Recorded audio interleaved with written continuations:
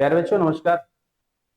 बच्चों, मैं Shivam Pandey educator of physics स्वागत करता हूं आपसे प्यारे बच्चों का आपके अपने यूट्यूब चैनल पे। तो बच्चों, आज से हम स्टार्ट करने वाले हैं फिजिक्स का एक बेहतरीन सा पार्ट जिसे मैकेनिक्स के नाम से जानते हैं।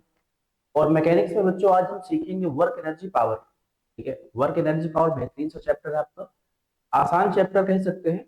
और इससे एक या दो क्वेश्चन आते हैं जेई और नीट दोनों में। ठीक है, तो देखते हैं क्या क्या चीजें इस चैप्टर में है। पहले इसका इंट्रोडक्शन पार्ट करेंगे, उसके बाद फिर इसके जो बेहतरीन से टॉपिक हैं जहां से क्वेश्चन कई बार पूछे गए हैं जेई और नीट के एग्जाम में, उसको देखते हैं, समझते हैं और अच्छे से डील करेंगे। क्वेश्चन का अप्रोच समझेंगे कि किस क्वेश्चन को सॉल्व करने के लिए हमारा क्या अप्रोच होना चाहिए। ठीक है, तो स्टार्ट करते हैं टॉपिक अपना। चैप्टर का नाम है work energy power. Work energy and power. ठीक है, सबसे पहले इसका इंट्रोडक्शन पार्ट देखते हैं, यानी इस चैप्टर में हमको क्या क्या चीजें पढ़नी है। ठीक है, तो इस चैप्टर में हमको सबसे पहले पढ़ना है, सबसे पहले हमको पढ़ना है मैकेनिकल वर्क डन के बारे में।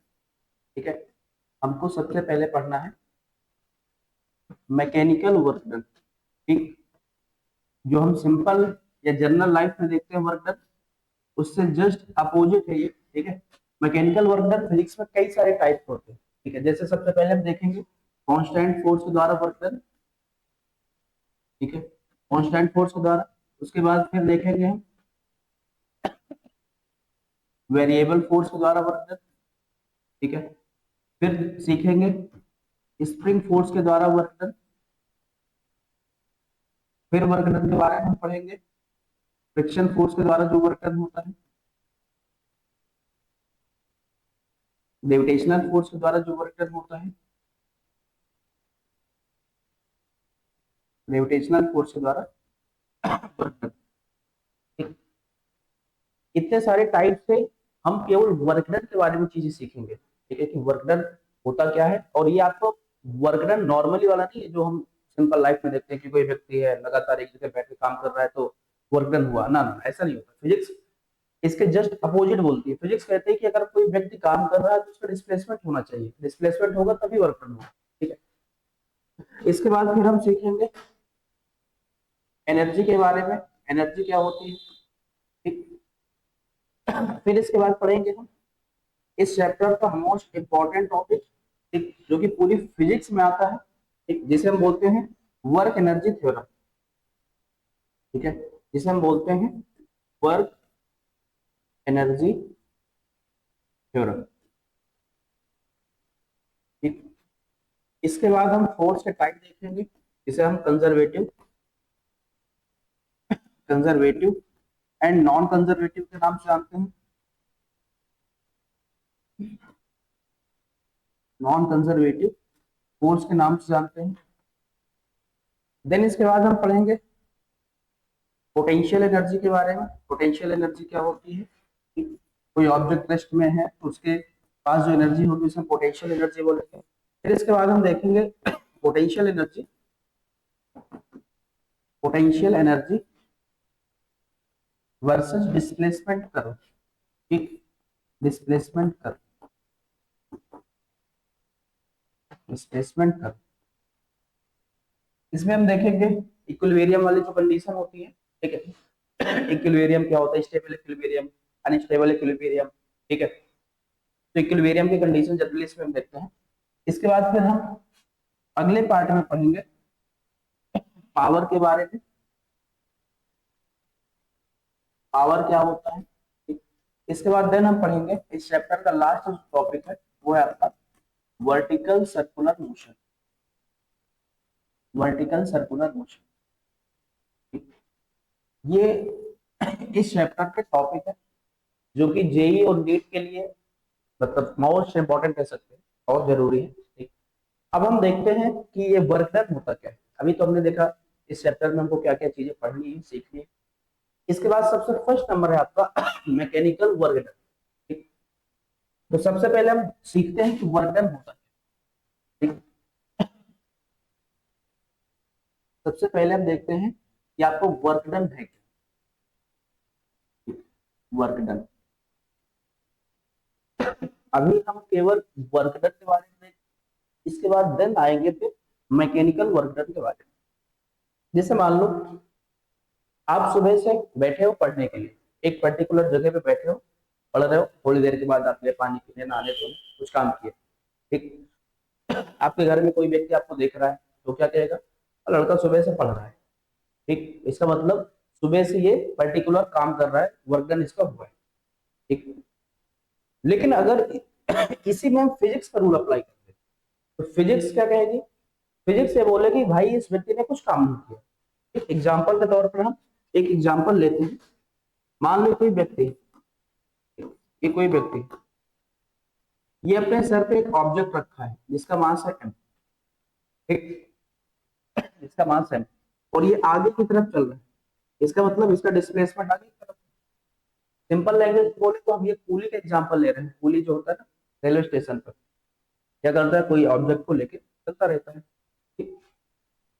अगर इस ऑब्जेक्ट का मास m है, mg डाउनवर्ड डायरेक्शन में हो जाएगा, ठीक है, और नॉर्मल फोर्स परपेंडिकुलर बाहर की तरफ लगेगा। अब हम देखेंगे कि ये जो नॉर्मल फोर्स है, नॉर्मल फोर्स और डिस्प्लेसमेंट के साथ एंगल कितना बनता है, 90, ठीक? और वर्क डन का फार्मूला होता है F S cos theta. Theta आपका यहाँ पे 90 डिग्री, तो 90 की वैल्यू तो जीरो हो जाएगी, इसका मतलब वर्क डन तो यहाँ पे जीरो हो गया, ठीक। ऐसे ही सेम अगर हम ग्रेविटी के द्वारा देखें तो ग्रेविटी डायरेक्शन डाउनवर्ड डायरेक्शन में, ग्रेविटी की डायरेक्शन डाउनवर्ड डायरेक्शन, डिस्प्लेसमेंट आगे की तरफ, एंगल 90, वर्क डन यहाँ पे भी कितना आ जाएगा, 90 की वैल्यू जीरो हो गई तो वर्क डन यहाँ पे भी जीरो आ गया, ठीक। अभी दो एग्जांपल दिए, एक फिजिक्स के पॉइंट ऑफ व्यू से था और एक जनरल लैंग्वेज से, ठीक है। ये जो भी एग्जांपल है ये आपका फिजिक्स के दृष्टिकोण से है, और जो थ्योरेटिकल क्वेश्चन था वो आपका जनरल लैंग्वेज। इसका मतलब दोनों चीजें पॉसिबल है।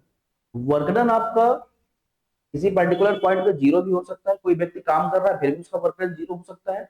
वो डिपेंड करेगा कि वहां पर एंगल कितना बन रहा है डिस्प्लेसमेंट के साथ, और जो नॉर्मल है या ग्रेविटी के साथ एंगल की वजह से वर्क डन उसका जीरो हो जाए, ठीक। इसके अलावा जो नॉर्मल हमने लैंग्वेज सीखी है कि अगर कोई व्यक्ति लगातार काम कर रहा है तो फिजिक्स बोलती है कि वर्क डन तो इसका जीरो है। तो अब अपने को देखना है कि कौन कौन से ऐसे केसेस हैं जहां पर वर्क डन जीरो नहीं है, ठीक है। तो उसमें सबसे पहले हम सीखेंगे work done by constant force. अभी आपको वर्क डन के बारे में कुछ आइडिया लगा, वर्क डन होता क्या है। वर्क डन मतलब कोई व्यक्ति काम कर रहा है, ठीक है, तो उसे हम वर्क डन बोले, मतलब व्यक्ति अपना काम किया यानी उसका काम हो गया। लेकिन अब फिजिक्स के पॉइंट ऑफ व्यू से देखते हैं कि मैकेनिकल वर्क डन है क्या, ठीक। तो देखते हैं यहाँ पर मैकेनिकल वर्क डन क्या भी है। Mechanical work done, mechanical work done को हम एक लाइन में डिफाइन कर सकते हैं, एक लाइन में डिफाइन कर सकते हैं, ट्रांसफर ऑफ एनर्जी, ठीक है, ट्रांसफर ऑफ एनर्जी, यानी जहां पर एनर्जी का ट्रांसफर होगा तो ऑब्जेक्ट का डिस्प्लेसमेंट होगा, उसे क्या बोलेंगे, मैकेनिकल वर्क डन। अब इसका एग्जांपल देखते हैं, ठीक। मान लो ये कोई ब्लॉक है, ठीक, कोई ब्लॉक, यहाँ पर कोई बंदा है और इस ब्लॉक को खींच रहा है अपनी तरफ, ठीक, इस ब्लॉक को खींच रहा है अपनी तरफ। तो जहां पे फोर्स लगा रहा है उस पॉइंट को हमें पी से डिनोट करना है, ठीक है। ये बंदा इस ब्लॉक को फोर्स लगाया, ब्लॉक उसी डायरेक्शन में इसका डिस्प्लेसमेंट हो गया ऑब्जेक्ट का, जिस डायरेक्शन से, जैसे मान लो ये कलम है, पेन है, इसको हम क्या करें, खींचे अपनी तरफ। जैसे हम अपनी तरफ खींचे ये ऑब्जेक्ट हमारी तरफ ही आ जाए, ठीक। इसका मतलब इसका डिस्प्लेसमेंट हमने जिस जिस डायरेक्शन में हम चाह रहे हैं कि इसका डिस्प्लेसमेंट हो, उसी डायरेक्शन में इसका डिस्प्लेसमेंट हुआ, ठीक। तो हमने वेक्टर चैप्टर में पढ़ा था कि अगर दो वेक्टर सेम डायरेक्शन में होते हैं तो उसके बीच में एंगल 0 डिग्री, ठीक। तो ये बात तो समझ आ गई, चलो यहाँ पे डिस्प्लेसमेंट होगी।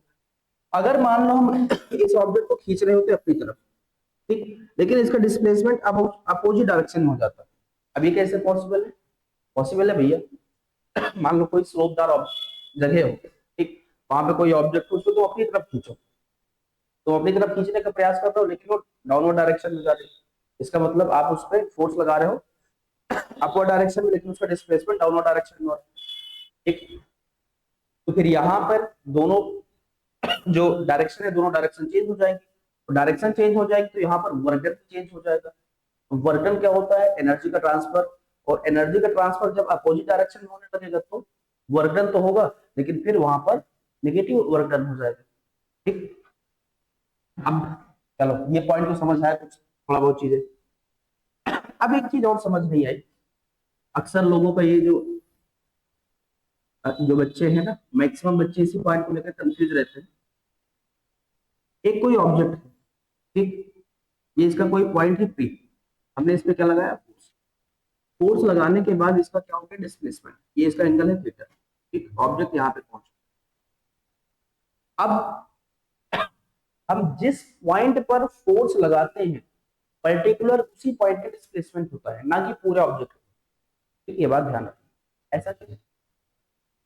क्योंकि जैसे ही आप इस पर्टिकुलर पॉइंट पे फोर्स लगाओगे, जैसे मान लो दरवाजा है, एक बड़ा सा दरवाजा, जैसे मान लो दरवाजा, ठीक, इस दरवाजे पे आप इस पॉइंट पर बीच में फोर्स लगाओगे तो ये आपका पॉइंट आता है, लेकिन इसके साथ पूरे पॉइंट जो कनेक्टेड है, ऐसा फील होता है कि सारे पॉइंट वापस आ गए, जबकि ऐसा जो दिखता है वो होता नहीं वास्तव में।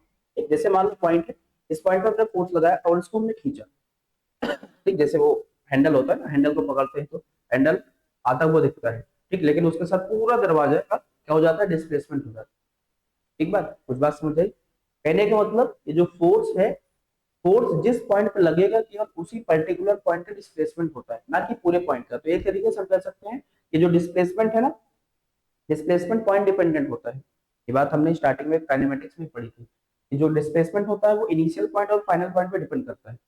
ठीक, तो अब अपने पास यहाँ से फार्मूला कुछ तैयार हुआ कि वर्क डन किस पे डिपेंड करेगा? फोर्स पे डिपेंड करेगा। इसके अलावा ये जो वर्क डन होगा डायरेक्टली प्रोपोर्शनल होगा किसके? डिस्प्लेसमेंट के। ठीक, यानी जिस पॉइंट पे आप फोर्स लगाओगे केवल उसी पॉइंट पे डिस्प्लेसमेंट होगा। तो इसको हम कह सकते हैं कि डिस्प्लेसमेंट किस पे डिपेंड करेगा? Point of application of force पे डिपेंड करेगा। ठीक, इसके अलावा ये जो वर्क डन है, ये फोर्स और डिस्प्लेसमेंट के बीच जो एंगल होगा उस पर डिपेंड करेगा। ठीक, angle between force and displacement. ठीक, तो अब यहां से अपने पास एक फार्मूला बनकर तैयार होता है, और वो फार्मूला है W equal F S cos theta का। ठीक, इसको हम W equal F dot S भी लिख सकते हैं। ठीक है, इस टाइप से भी लिख सकते हैं। ठीक, अब देखते हैं कि वर्क डन किस टाइप की क्वांटिटी है। तो ये भैया स्केलर क्वांटिटी, ऐसे मालूम हुआ दो वेक्टर का डॉट क्या होता है? स्केलर होता है। ठीक, इसके अलावा ये किस टाइप की यूनिट है? इसकी यूनिट क्या हो जाएगी? किस टाइप की, कौन सी यूनिट है ये? जैसे फोर्स की यूनिट क्या होती है? न्यूटन, डिस्प्लेसमेंट की मीटर। तो एसआई यूनिट क्या होगी आपकी? SI unit newton into metre. इसके अलावा अगर हम बात करें सीजीएस यूनिट की, तो सीजीएस यूनिट क्या हो जाएगी? न्यूटन का क्या होता है? डाइन, और मीटर का सेंटीमीटर। ठीक, इसके अलावा अगर हम इसके डायमेंशन की बात करें, इसके अलावा अगर हम इसके डायमेंशन की बात करें, तो फोर्स की डायमेंशन क्या होती है? M L T - 2। ठीक, और डिस्प्लेसमेंट का क्या होता है? तो कितना हो जाएगा? ML² T - 2। ठीक, ये वर्क डन से रिलेटेड कुछ चीजें। ठीक, अभी सबसे पहले हमने पहले कहानी ये पढ़ी थी कि वर्क डन होता क्या है। एनर्जी के ट्रांसफर को हम क्या बोलते हैं? वर्क डन बोलते हैं। ठीक है, तो जो प्रॉपर्टी वर्क डन की है वही सेम प्रॉपर्टी किसकी होगी? एनर्जी की। इसका मतलब जो डायमेंशन वर्क डन की है वही डायमेंशन किसकी होगी? एनर्जी की। ठीक, ये बात ध्यान रखना। एनर्जी की जो यूनिट है न्यूटन इंटू मीटर होती है और डायमेंशन इसकी ml square T minus two. ठीक, ये कुछ प्रॉपर्टी थी वर्क डन से रिलेटेड। ठीक है, हमने क्या क्या पढ़ा अभी? वर्क डन जो सिंपल लैंग्वेज में होता है वो अलग है आपका, फिजिक्स के दृष्टिकोण से अलग चीज है। फिजिक्स से बोलती है कि अगर कोई ऑब्जेक्ट वर्क डन कर रहा है तो निश्चित तौर पर उसका डिस्प्लेसमेंट होना ही चाहिए, डिस्प्लेसमेंट नहीं होगा तो वर्क वहां पे नहीं होगा। वर्क डन होता क्या है? एनर्जी के ट्रांसफर को हम क्या बोलते हैं? वर्क डन बोलते हैं। फार्मूला इसका W equal F S cos theta. ठीक, थीटा क्या है? एंगल बताता है फोर्स और डिस्प्लेसमेंट के बीच। यूनिट इसकी न्यूटन इंटू मीटर और सीजीएस यूनिट क्या हो जाएगी? डायन इंटू सेंटीमीटर और डायमेंशन क्या हो जाएगी? ml square T minus two. ठीक, ये इसकी कुछ बेसिक चीजें थी। अब इससे रिलेटेड जो कुछ कॉन्सेप्ट हैं जिनको हम स्पेशल पॉइंट के नाम से जानते हैं, अब देखते हैं कि वो स्पेशल पॉइंट इसके कौन कौन से हैं। ठीक है, तो देखते हैं इसके की पॉइंट कौन कौन से। सबसे फर्स्ट टर्म, अगर मान लो थीटा आपका 0 डिग्री है, ठीक है, इसका मतलब आप जिस डायरेक्शन में फोर्स लगा रहे हैं उसी डायरेक्शन में ऑब्जेक्ट का डिस्प्लेसमेंट हो रहा है। ठीक, मान लो ये एक ऑब्जेक्ट है, ठीक, इसके ऊपर आपने फोर्स लगाया, फोर्स लगाने के बाद फोर्स की डायरेक्शन में इसका क्या हो गया? डिस्प्लेसमेंट हो गया। ठीक है, इस केस में एंगल दोनों के बीच में कितना हो जाएगा? 0 डिग्री। ठीक, एंगल 0 डिग्री बन जाएगा। अब फार्मूला अपने पास वर्क डन का क्या है? W equal F dot S cos theta. Theta की वैल्यू कितना? 0 और 0 की वैल्यू कितना होती है? 1। तो यहाँ पर वर्क डन क्या आ जाएगा आपका? पॉजिटिव।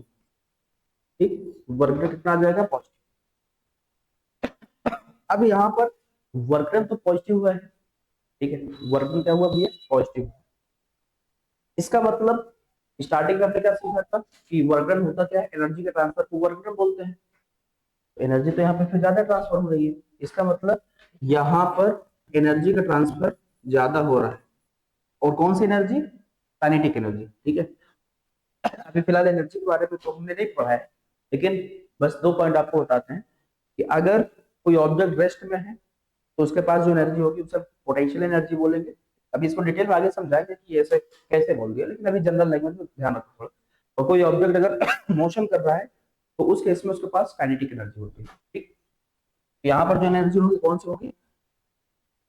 यहाँ पर काइनेटिक एनर्जी होगी। ठीक, यानी यहाँ पर काइनेटिक एनर्जी का ट्रांसफर हो रहा है, यानी यहाँ पर काइनेटिक एनर्जी का इंक्रीमेंट हो रहा है, ऐसा बोल सकते हैं। ठीक, ये हो गया इसका केस नंबर 1।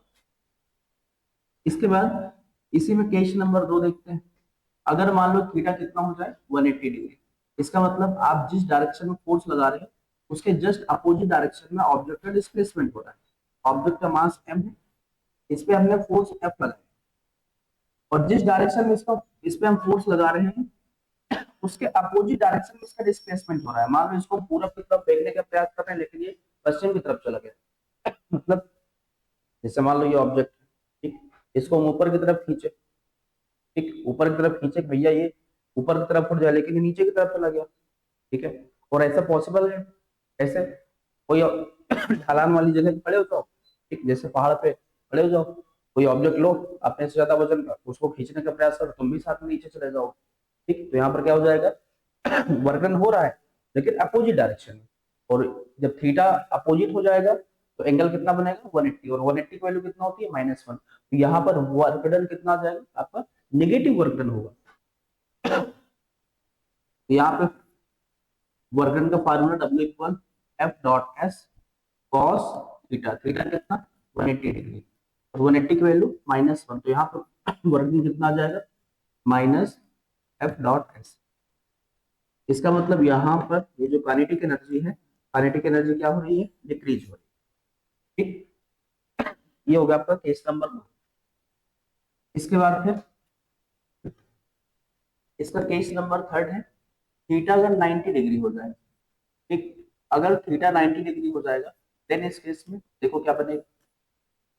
ठीक, अब इसका एग्जांपल अभी थोड़ी देर पहले हमने देखा था। मान लो कोई व्यक्ति है, ठीक,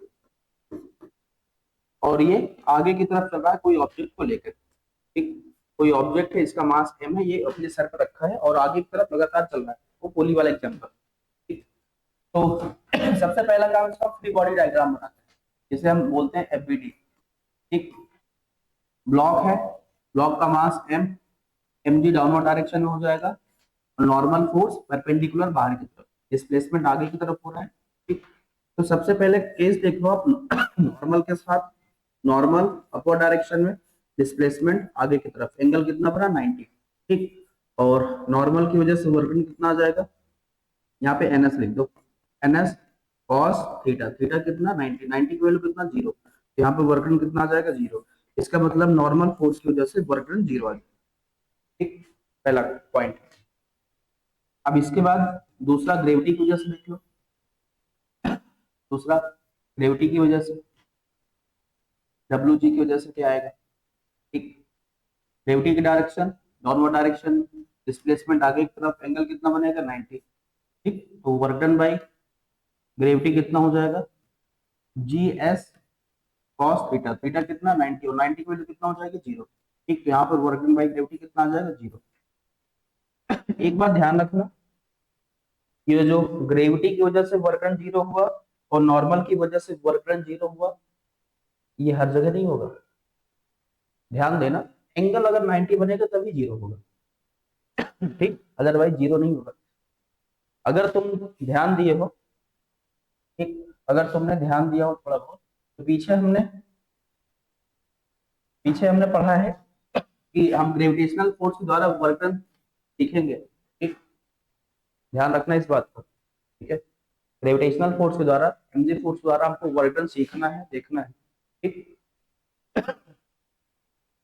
तो ये कुछ पॉइंट है, ये इसके 3 पॉइंट हो गए। ठीक है, अब इसके बाद अगला पॉइंट हम सीखते हैं। 3 पॉइंट हो गए। अब अगले नंबर पे हम देखते हैं work done by, work done by tension force, tension force. ठीक, अब ये टेंशन फोर्स के द्वारा वर्क डन क्या होगा, जरा इसको देखो। ठीक, जैसे मान लो ये कोई ऑब्जेक्ट है। ठीक, और मान लो कोई ऑब्जेक्ट है, इसको हमने लटका दिया, जैसे वो बॉब होता है ना, एक बॉब है। ठीक, तो एसएचएम में जो हमने पढ़ा, तो ये बॉब है, इसका मास है m, mg हो जाएगा डाउनवर्ड डायरेक्शन में। ठीक, हमने फोर्स लगा के इसका क्या किया, डिस्प्लेसमेंट कराया। ठीक है, डिस्प्लेसमेंट कराया तो इसकी पोजीशन चेंज हो गई। ठीक, एंगल हो गया यहाँ पे थीटा, ऑब्जेक्ट मास m है, mg हो जाएगा डाउनवर्ड डायरेक्शन में। अभी ये क्या है, एक्सट्रीम पोजीशन पे देखो, ये आपका मीन पोजीशन है, मीन पोजीशन। ठीक, और ये होती है एक्सट्रीम पोजीशन, एक्सट्रीम पोजीशन। ठीक, और इस तरफ भी एक्सट्रीम पोजीशन होती है, एक्सट्रीम पोजीशन। ठीक, ऑब्जेक्ट यहाँ पे गया है, इसके बाद फिर से इस तरफ आएगा, बॉब का मास m है, तो ऑब्जेक्ट के मास की वजह से डोरी के ऊपर, रस्सी के ऊपर टेंशन फोर्स अप्लाई होगा। ठीक, ठीक, तो टेंशन और डिस्प्लेसमेंट के बीच में एंगल कितना बनेगा 90। ठीक, 90 एंगल जैसे ही बनेगा तो work done by tension force कितना हो जाएगा, P dot S cos theta, theta की वैल्यू कितना 90, तो 90 की वैल्यू कितना आ जाएगी 0। ठीक, तो टेंशन फोर्स के द्वारा जो वर्क डन आएगा आपका 0 आ जाएगा। ठीक, इसके द्वारा, इसके अलावा अगर मान लो अपने पास कुछ केसेस और, ठीक, ये 4 नंबर पर, 5वां देखो, 5th नंबर पे ये कोई ब्लॉक है अपने पास। ठीक, मास इसका, ठीक है, अब इसके ऊपर हम फोर्स लगाए F। ठीक, यहाँ पर एंगल है थीटा, इसका डिस्प्लेसमेंट आगे की तरफ हो रहा है S। ठीक है, तो देखते हैं कि इसमें क्या पॉसिबल केसेस बनेंगे। ठीक है, सबसे पहले ये हॉरिजॉन्टल लाइन है, एंगल थीटा है, तो यहाँ पे इसका कंपोनेंट बना लो, तो कितना आ जाएगा F cos थीटा, और ये वर्टिकल डायरेक्शन में कंपोनेंट क्या बनेगा F sin थीटा। ठीक, अब देखो जरा F sin थीटा और डिस्प्लेसमेंट के बीच में एंगल कितना बन रहा है 90, तो 90 की वैल्यू तो 0 हो जाएगी ना, लेकिन कंफ्यूजन होती है। साइन 90 की वैल्यू तो 1 होती है, फिर यहाँ पे 0 कैसे? बोलो। इस इसका डिटेल एक्सप्लेनेशन हमको कमेंट बॉक्स में करके बताना कैसा हुआ क्यों भैया। सुनो, वीडियो को रोक दिया, अपना आंसर छाप देना। अब सुनो, ये जो आपका एफ साइन थीटा है ये क्या है? कंपोनेंट, ठीक है। तो एफ साइन थीटा, अगर एफ को हटा दो, sine 90 minus theta cos theta, cos 90 की वैल्यू 0। बात समझ आई? 0 कैसे हुआ? ठीक है, ये आपका क्या है? कंपोनेंट का पार्ट है भैया, ये डायरेक्ट साइन थीटा थोड़ी लिखा है, ये तो कंपोनेंट हमने किया था एफ साइन थीटा है, ठीक। और साइन 90 माइनस थीटा क्या होता है? Cos theta. तब जाकर डिस्प्लेसमेंट और ये जो आपका वर्टिकल डायरेक्शन में फोर्स लग रहा है इसके बीच में एंगल 90 बनेगा, तब cos 90 की वैल्यू 0 होगी, ठीक है। ध्यान रखना इस पॉइंट को, यहाँ पर अक्सर कंफ्यूजन होती है। इसके अलावा इसका काम तो खत्म, तो बचा क्या आपका एफ cos थीटा और डिस्प्लेसमेंट, दोनों का एंगल कितना हो जाएगा? 180, और 180 की वैल्यू -1, तो कितना आ जाएगा ये? Minus F cos theta into S. ये फार्मूला आपका रेडी, ठीक है। इसके अलावा इसमें एक केस और है, 6 पॉइंट पे एक केस इसका और है। कोई ऑब्जेक्ट है, ठीक, ये फोर्स एफ लगा, ठीक, एंगल थीटा के साथ, और इसका डिस्प्लेसमेंट आगे कर, ठीक है। अब एक काम करो, इसका कंपोनेंट बना लो, कितना हो जाएगा? एफ कॉस थीटा, और vertical direction, sorry horizontal direction में क्या हो जाएगा? एफ साइन थीटा, ठीक। तो एफ कॉस थीटा, ये जो आपका एफ कॉस थीटा और डिस्प्लेसमेंट है आपका एस, इनके बीच में एंगल 90, 90 की वैल्यू हो जाएगी 0। तो यहाँ पे वर्क डन बाई 4 से कितना आ जाएगा? 0। तो एफ कॉस थीटा का काम खत्म, बचा क्या आपका? F sine theta, same direction में हो रहा है, एंगल कितना? 0 डिग्री, और 0 की वैल्यू 1, तो एफ एस यहाँ पे कितना हो जाएगा? एफ एस यहाँ पे आएगा आपका F sine theta into displacement S, ठीक। एक बात ध्यान रखना, वर्क डन का formula F S cos theta ही नहीं होता, ठीक। इस चीज को अच्छे से दिमाग में सेट करके रखना, वहां पे साइन भी आ जाएगा, डिपेंड करेगा कि वहां पर एंगल किस टाइप का बन रहा है, ठीक। ये कुछ जनरल सी चीजें थी, केवल अभी ये हम वर्कन के बारे में सीख, ठीक है। अब इससे रिलेटेड कुछ क्वेश्चन हम करते हैं, ठीक है। देखते हैं क्वेश्चन किस किस टाइप के बन सकते हैं, तो उसको देखते हैं, ठीक है। थोड़ा वीडियो रोको।